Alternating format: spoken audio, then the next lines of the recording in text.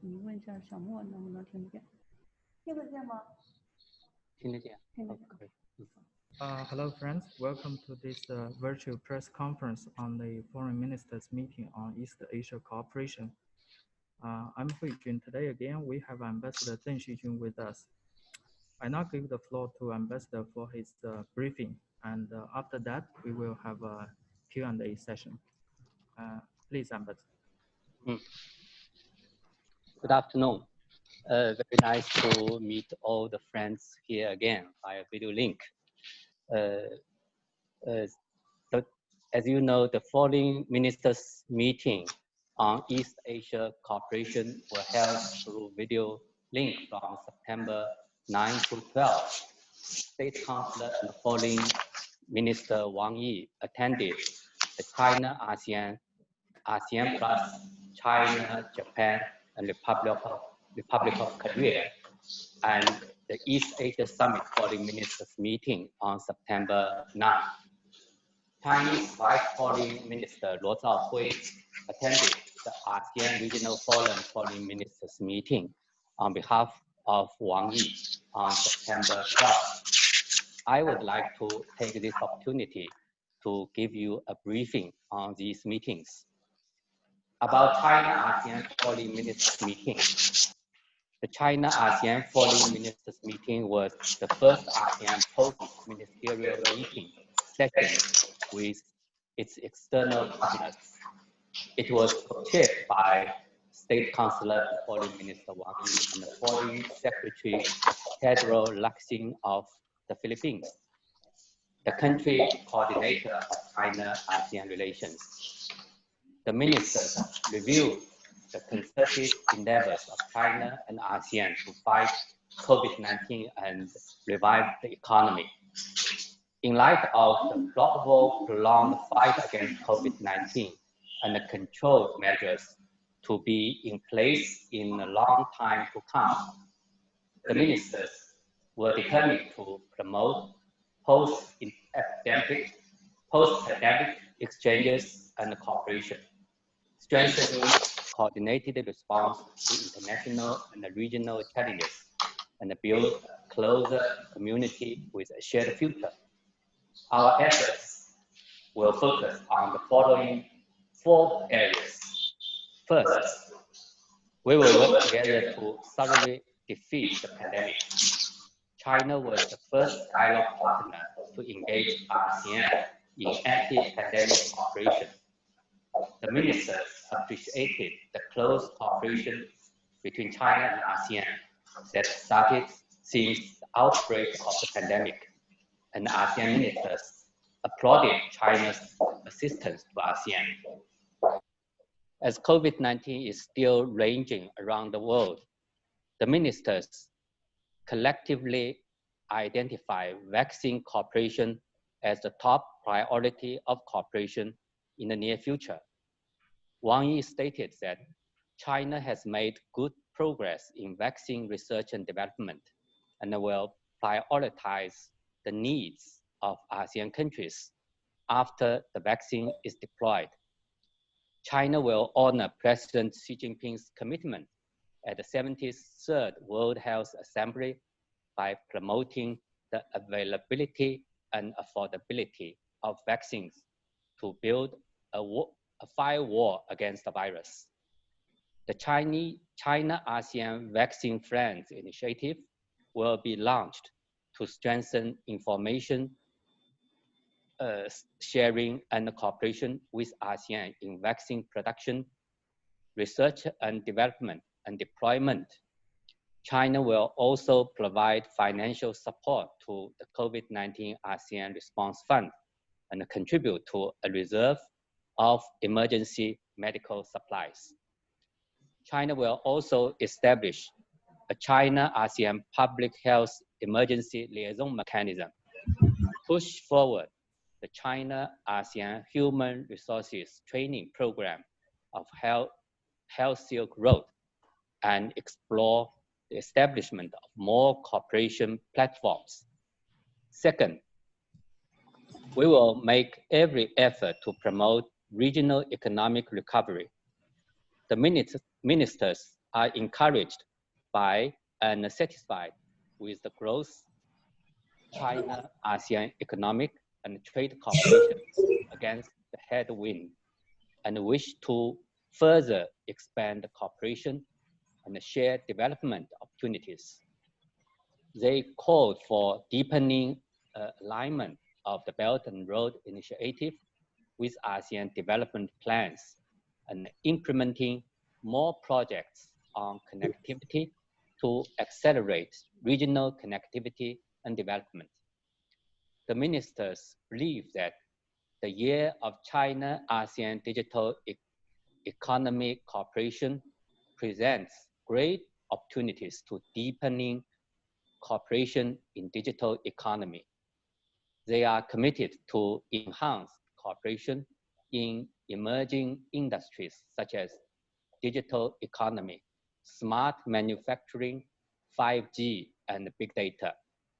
As Wang Yi said, China considers ASEAN countries a priority to enlarge the scale of bilateral currency swaps and to deepen fintech cooperation such as digital currency.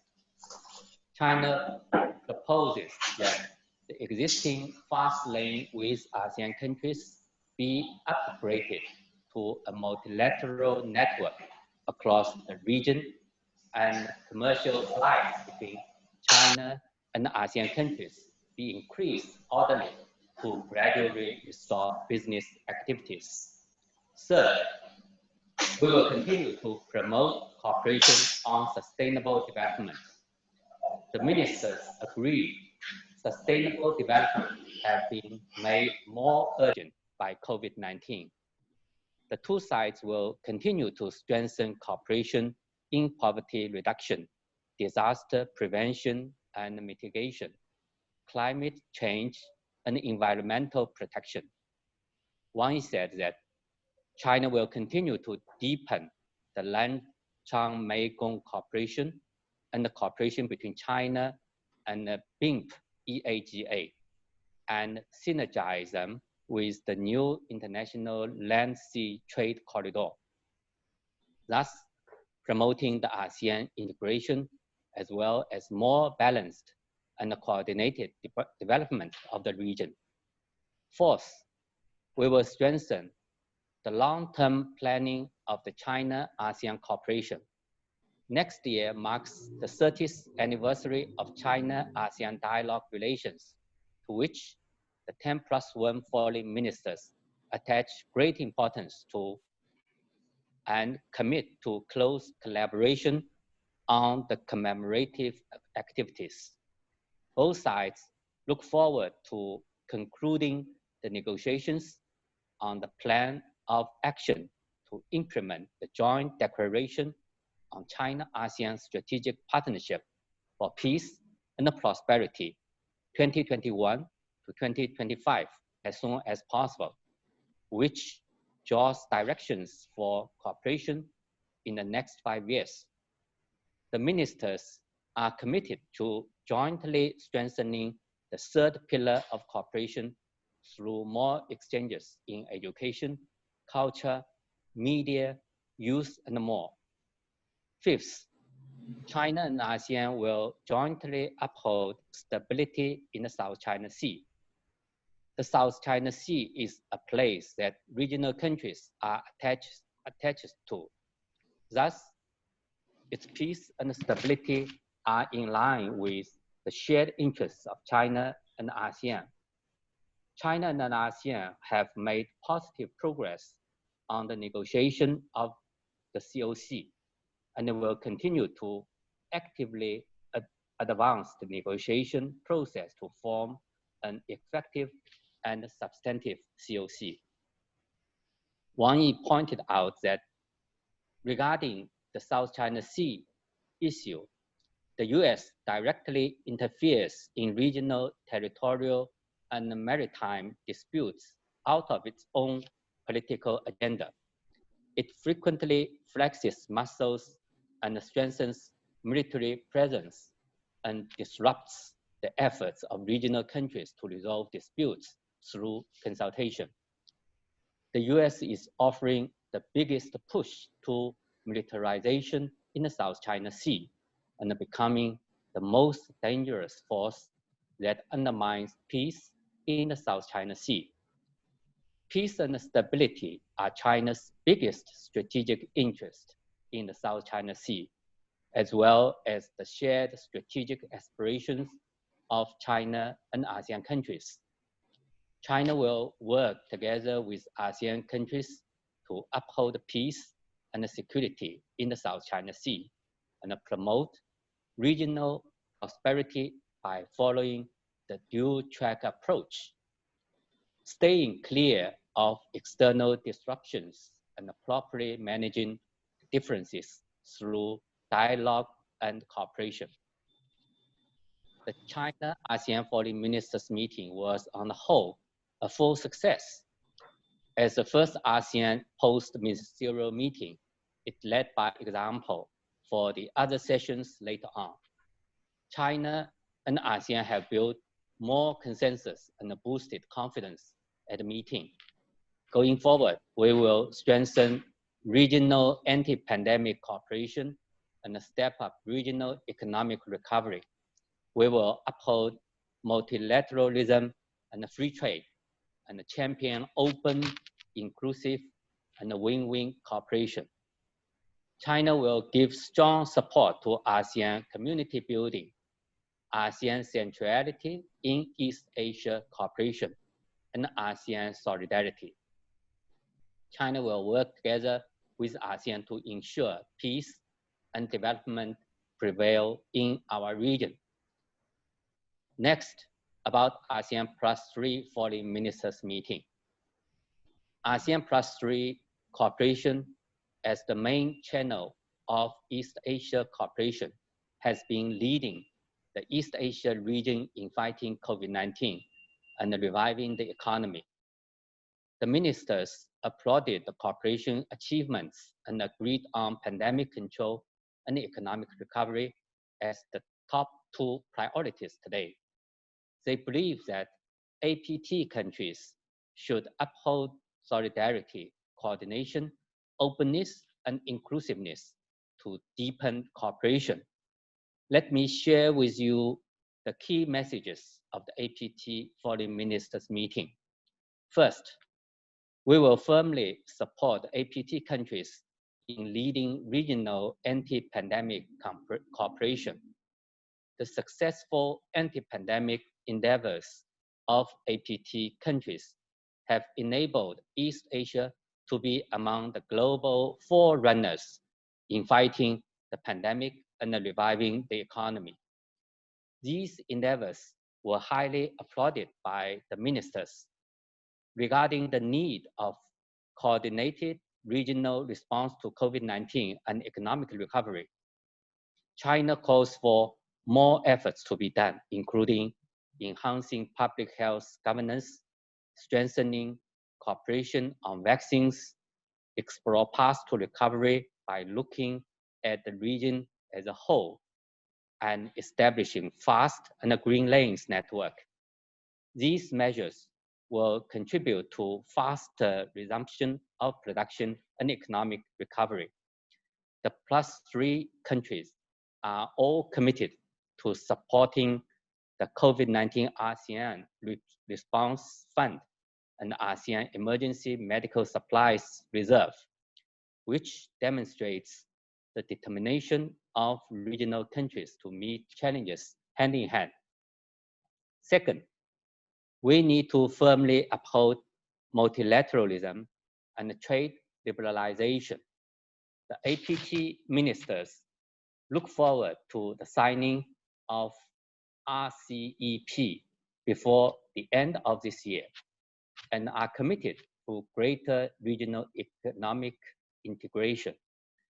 The APT countries will continue to support the WHO in playing a leading role in global anti-pandemic efforts and oppose the politicization and stigmatization of the virus.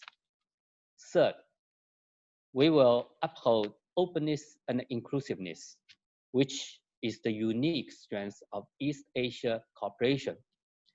The ministers stated that ASEAN plus 3 should uphold solidarity, coordination, openness, and inclusiveness.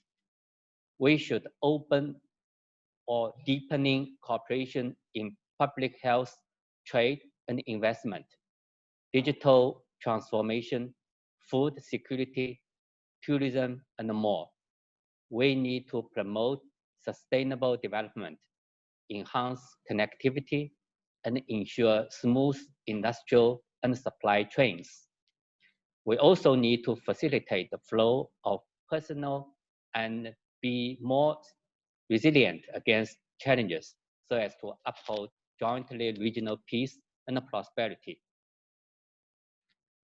Last, about East Asia Summit and ASEAN Regional Foreign Ministers meetings. This year marked the 15th anniversary of the East Asia Summit. The EAS, as a leaders-led strategic forum, should remain committed to strategic communication and cooperation. It is the mission and the responsibility of EAS participating countries to maintain the sound momentum of East Asia cooperation, in particular to deepen cooperation against COVID-19 and on development. China is ready to strengthen strategic communication with all parties and deepen mutual trust and coordination. We hope the EAS could play a positive and constructive role in this process. A wide range of issues have been covered in the discussions of the ASEAN Regional Forum since ARF engages the widest ranging countries across the spectrum. As ARF aims to strengthen regional dialogue and cooperation in non-traditional security, China will continue to play a leading role in cooperation in related areas to keep the ARF forward on the right track. China has also noticed that some countries outside the region made groundless accusations of China at EAS and ARF foreign ministers meeting. They have undermined the sound atmosphere and process of East Asia cooperation and gone against the will of regional countries to seek cooperation, advance development, and maintain peace. China, of course, made due responses to these accusations, which would be conducive to maintain East Asia cooperation on the right track forward. Thank you very much. That's all for my briefing on the foreign ministers meeting. Now, I would like to take your questions. Thank you, Ambassador, for your comprehensive briefing. We now open the floor for the questions. For those who may wish to ask questions, please raise your hand or send a message to us. We will start with Metro TV. Mr. Sudarsono. Mr. Sudarsono, can you hear me? Hi, I can hear you. Can you hear Yeah, me? please. Yeah, sure. Yeah, please. Can you hear me? Yes. Okay, so basically I have two questions. I have 2 points that I want to ask to our Mr. Ambassador. So the first one is that, could you please share with us the latest concrete, so I emphasize the concrete progress in China, especially China and ASEAN, particularly pandemic cooperation, particularly in vaccine. So that's the first point. I will repeat this question. Could you please share with us the latest concrete progress in China and ASEAN anti-pandemic cooperation, particularly in vaccine? And the second point is that we all know that the coronavirus, especially in China and other countries like Indonesia, the tropical countries, especially in South Asia, has undergone mutagenesis. How will vaccine cooperation develop in the future to ensure that the people in all countries, especially those that live in Southeast Asia, use this vaccine safely? Thank you. Thank you for a question. About the first one, ASEAN and China have set a fine example in anti-pandemic cooperation since the outbreak of COVID-19. It has injected a new strong impetus into our future endeavors of building a closer China-ASEAN community with a shared future. President Xi Jinping and Premier Li Keqiang conducted frequent cloud diplomacy with leaders of ASEAN countries to provide confidence, support, and political guidance that are most needed.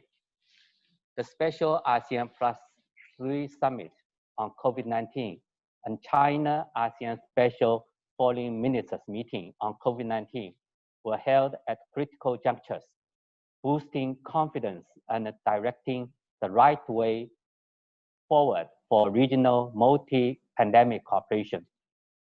The China-ASEAN Health Ministerial Conference, senior officials meeting, and expert meeting were held one after another. Both sides have shared anti-pandemic experience, carried out vaccine cooperation, and promote to build a global community of health for all. Since the outbreak of COVID-19, Chinese central and local governments, the military, the business community, and the private entities donated a large number of anti-pandemic materials such as masks, protective clothing, and testing kits to ASEAN countries. China sent medical expert teams to 5 ASEAN countries, namely Cambodia, the Philippines, Myanmar, Laos, and Malaysia, and helped the Philippines and Myanmar build urgently needed vaccine testing laboratories. To work concertedly against pandemic and stabilize the economy and social order, China and ASEAN have carried out regular exchanges at multi-levels in health, economy, trade, transportation, information, disaster management, among others. All these efforts point to the building of a comprehensive anti-pandemic cooperation system. China keeps in mind the needs of ASEAN countries for vaccine research and development and application, and supports cooperation in these areas between Chinese enterprises and the relevant ASEAN countries. In the meantime, it is of paramount importance to take care of social and economic recovery, both during the pandemic and in the post-pandemic era. Towards this end, China and the ASEAN countries, including Singapore, Laos, Myanmar, and Indonesia, have established fast lanes and green lanes for personnel and goods movement, respectively. China has resumed direct international flights with Vietnam and some other ASEAN countries. China has been actively exploring with ASEAN countries the establishment of network of fast and green lanes between China and ASEAN and in East Asia at large. Together, we are also working on a regional financial safety net that stabilizes regional supply and industrial chains, as well as the financial sector. Vaccine will be the focus of China-ASEAN anti-pandemic cooperation in the next stage. China is among the forerunners of COVID-19 vaccine research and development. The World Health Organization said on August 6 that there are currently about 165 vaccines in the trial phase around the world, and 26 are in clinical trials. 6 of them have entered phase 3 clinical trial, of which 3 are from China. They are developed respectively by Sinovac Biotech, Wuhan Institute of Biological Products and the Beijing Institute of Biological Products. The latter two are both affiliated to Sinopharm Group. So China is in a leading position in the global COVID-19 vaccine research and development. China will further strengthen information sharing with ASEAN countries and conduct cooperation in vaccine research and development, production, and deployment. For example, China-Indonesia vaccine cooperation has made good progress. Sinovac Biotech and Indonesia's Bio Farma are working together on vaccines. With the support of the two governments, the third phase of the clinical trial of a vaccine was launched in August and is expected to last about half a year. We are happy to know that Indonesia will get 40 million doses of semi-finished product from China vaccine companies at the end of this year or early next year. Going forward, China will take into active consideration the needs of ASEAN countries in vaccine research and development and deployment. Chinese President Xi Jinping announced at the 73rd World Health Assembly that COVID-19 vaccine deployment and development and deployment in China, when available, would be made a global public good. China will take real actions to honor the promise to ensure vaccine accessibility and affordability and build the wide wall against pandemic. Chinese Premier Li Keqiang announced at the third Lanchang Mekong Cooperation Leaders Meeting that once developed and deployed in China, COVID-19 vaccines will be provided to Mekong countries on a priority basis. State Councilor and Foreign Minister Wang Yi announced at the China-ASEAN Foreign Ministers meeting days ago that the needs of ASEAN countries will be taken into account as a priority once the vaccines are deployed. Concerning your second question, actually, this question is very professional, and I think you regard me as a scientist. But anyway, I will try my best to answer your question. As far as I know, China's vaccines are mainly recombinant vaccines. They can effectively cover all the mutations of the novel coronavirus detected so far. Because these recombinant vaccines are genetically engineered, even if mutation happens and weakens the protection effect, the current vaccine can still have basic immunity, and the scientists can develop another vaccine specifically targeting the mutation to enhance the immunity effect. It's just like upgrade and a patch for a software. I believe that scientists from China and ASEAN will work together to find a solution. Thank you.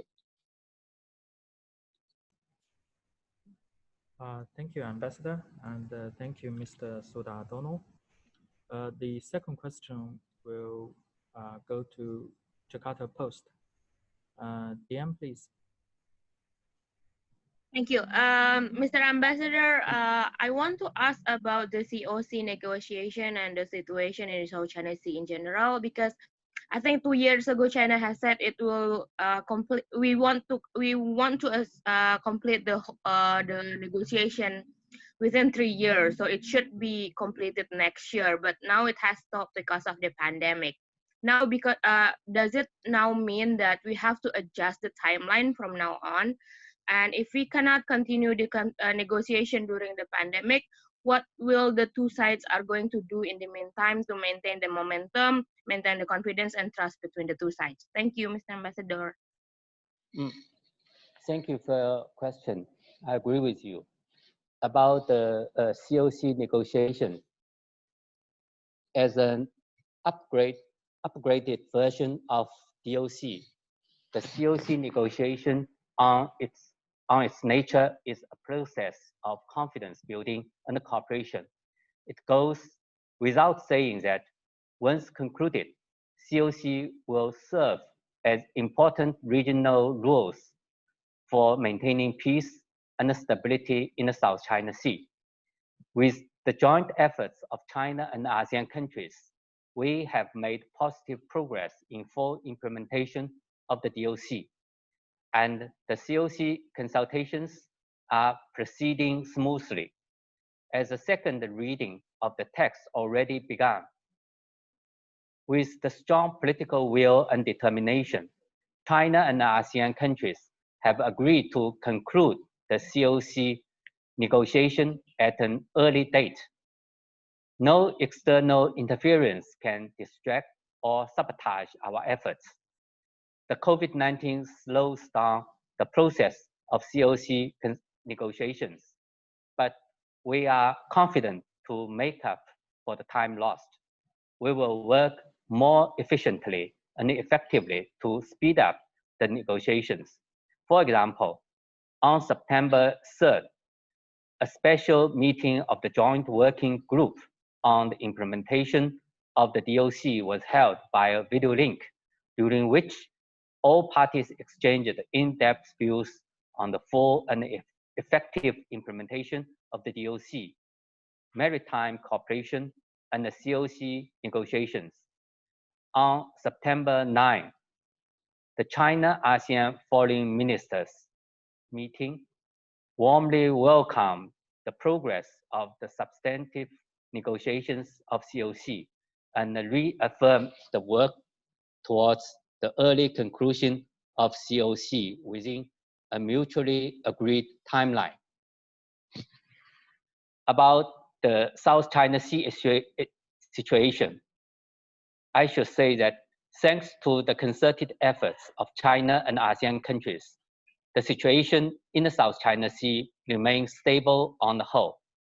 Good progress has been made as countries concerned have effectively managed their maritime differences and disputes and carried out step-by-step dialogue and cooperation on maritime issues. China and ASEAN countries are committed to the full and effective implementation of the DOC and have stayed in close touch to advance consultations on the COC. The special video conference of the Joint Working Group meeting on the implementation of the DOC was held successfully on September 3rd, I mentioned just now. At the China-ASEAN Foreign Ministers meeting held last week, China and ASEAN countries have once again sent a clear and strong message of jointly safeguarding peace and stability in the South China Sea. External interference has been the main source of risks in the South China Sea.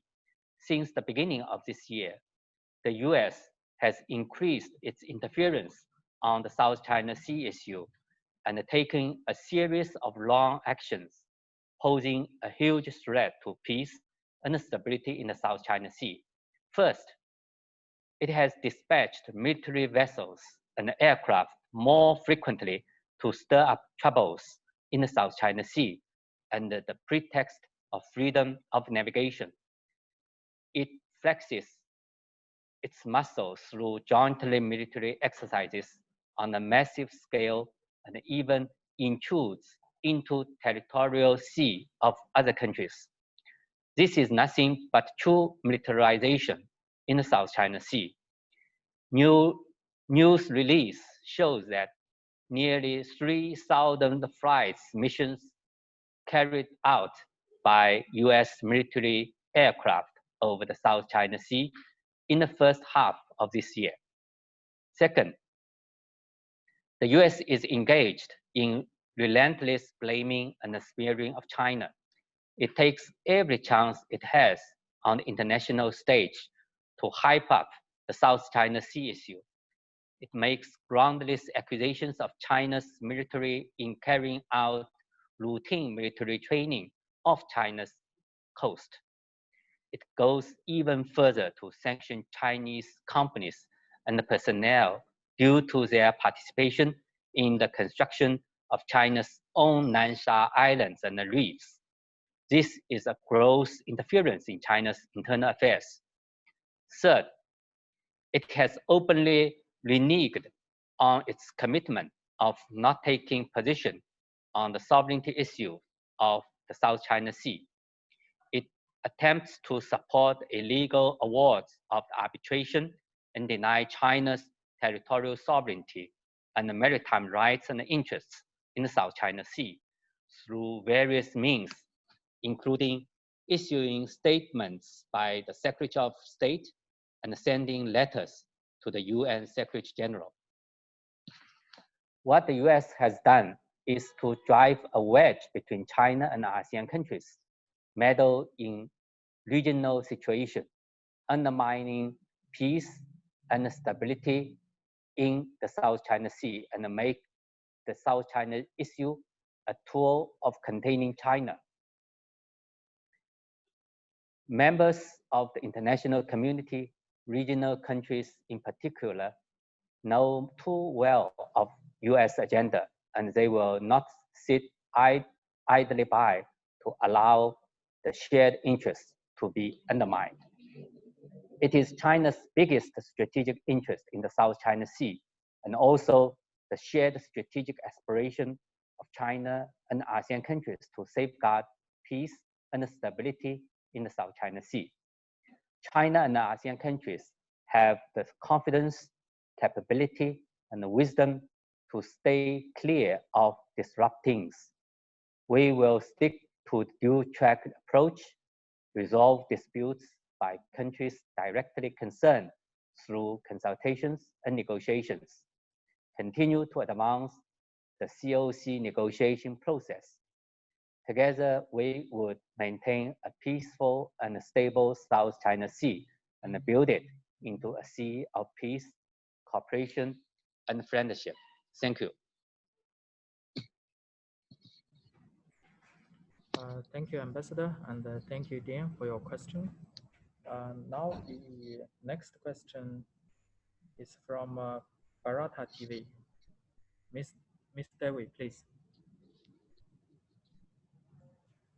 Yeah, thank you so much.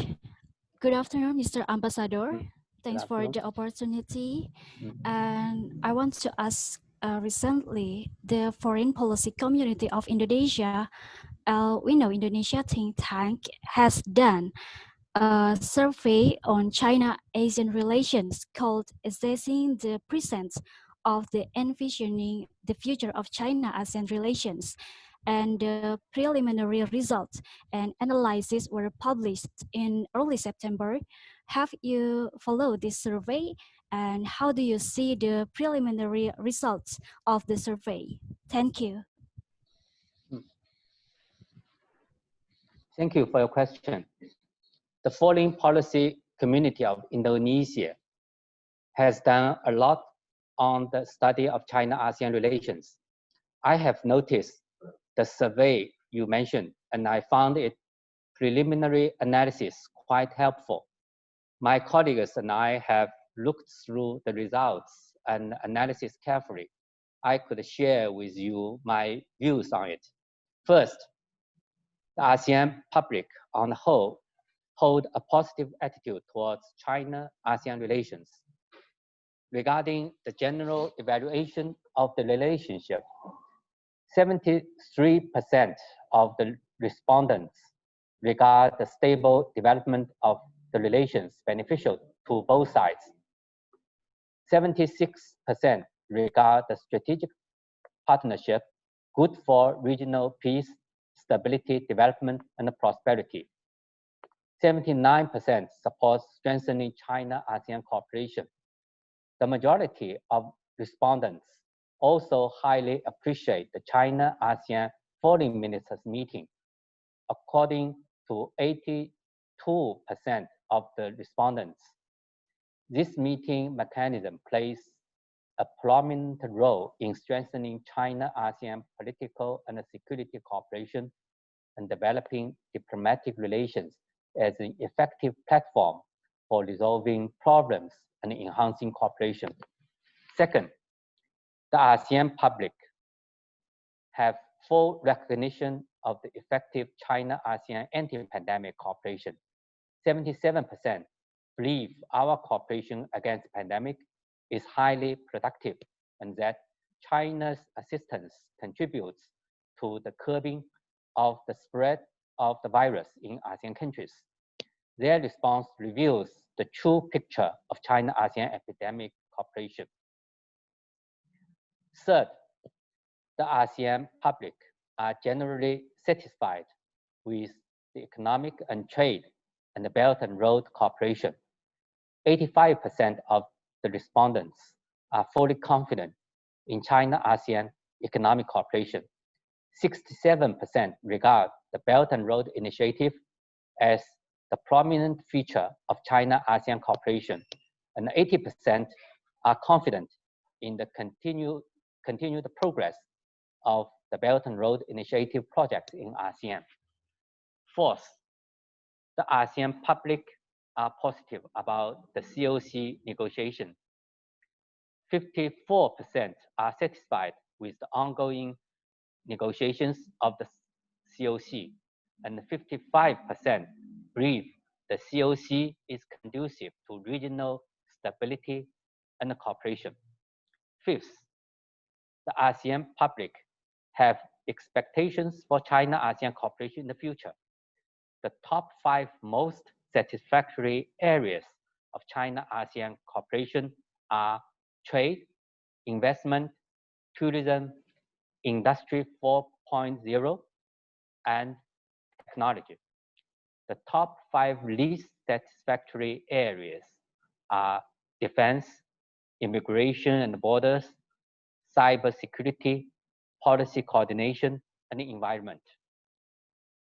As for the priority areas of cooperation going forward, 94% choose equitable access to vaccines of COVID-19. 90% favor China-ASEAN cooperation in the manufacturing sector, and 90% prefer China-ASEAN joint defense of materialization. As for people-to-people exchanges, 88% are satisfied with the ASEAN-China Young Leaders Scholarship Program. 74% regard the Chinese language efficiency as very important. 6, the ASEAN public believes that ASEAN should not choose sides between China and the US, must uphold its centrality and might to do some mediation. Regarding how ASEAN should respond to the deteriorating China-US relations, 58% support ASEAN's mediation between the two countries through ASEAN-led regional mechanisms, and 33% choose not to side with either of the two.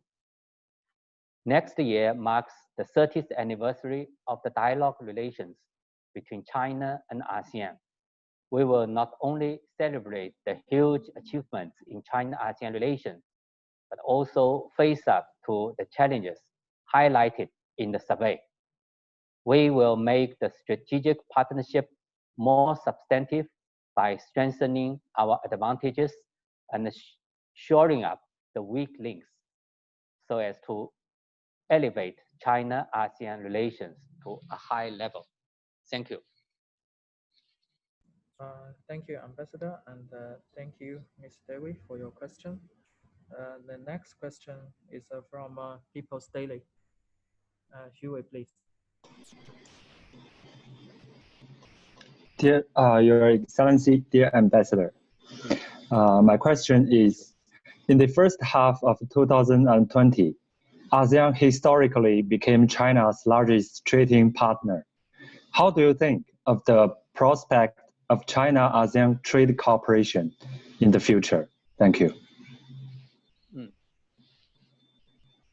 Thank you for the question.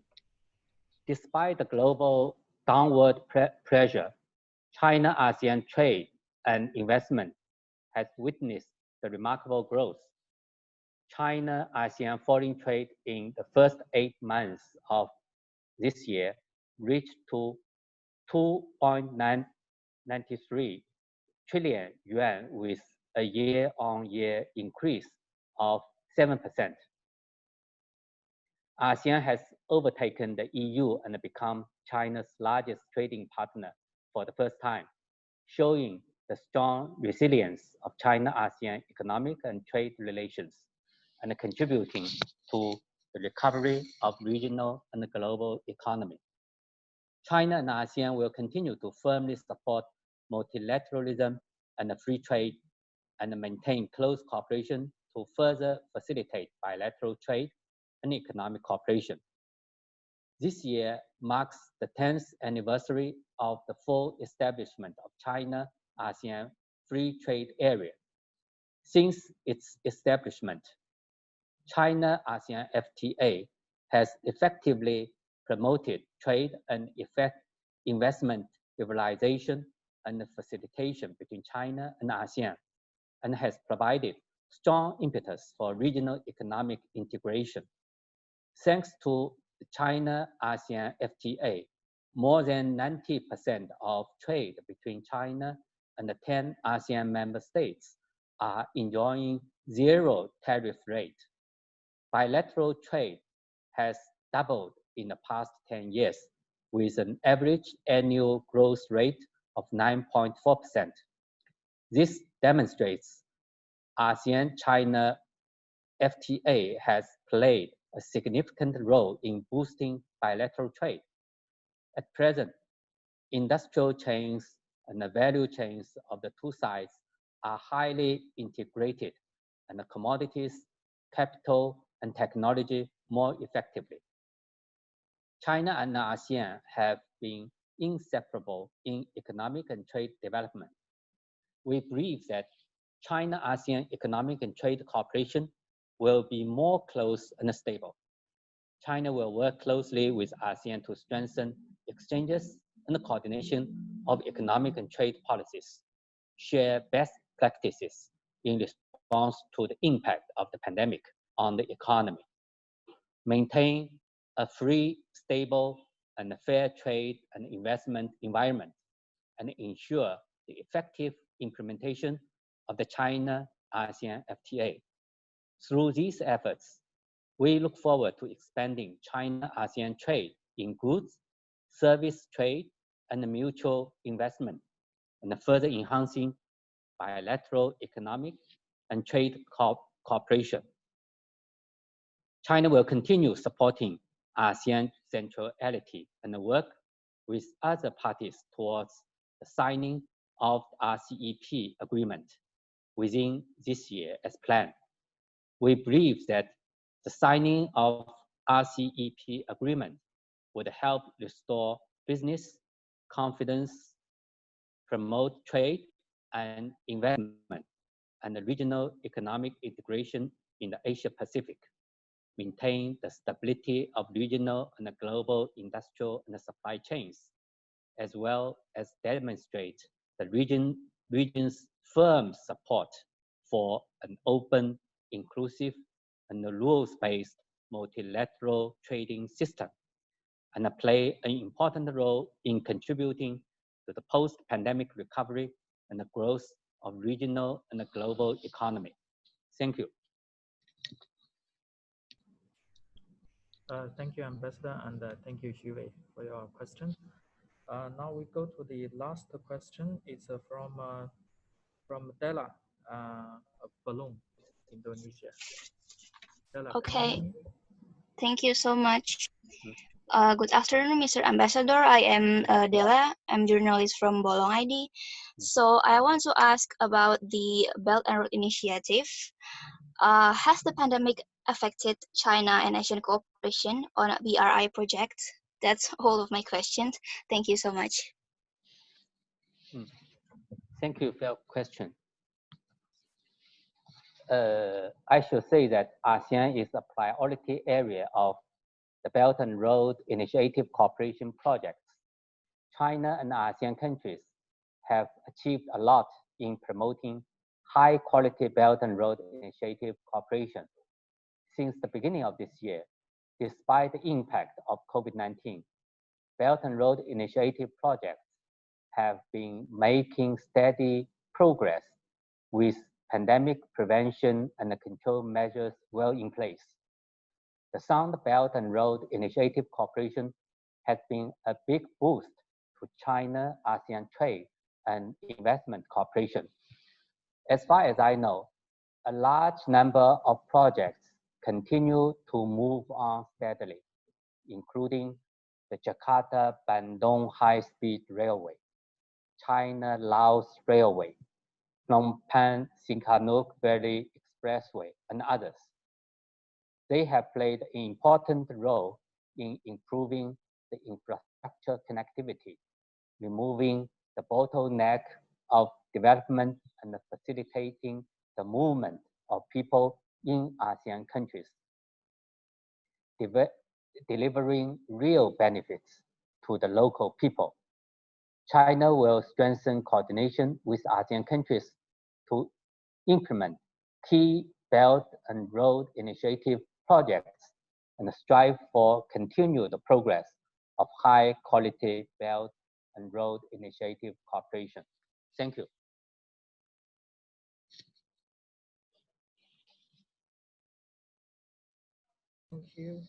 Thank you, Ambassador. Thank you so much, and thank you, friends from media. We will conclude today's press conference, and wish everyone stay healthy and safe. Bye bye. Thank you. Nice. Hope to see you next time.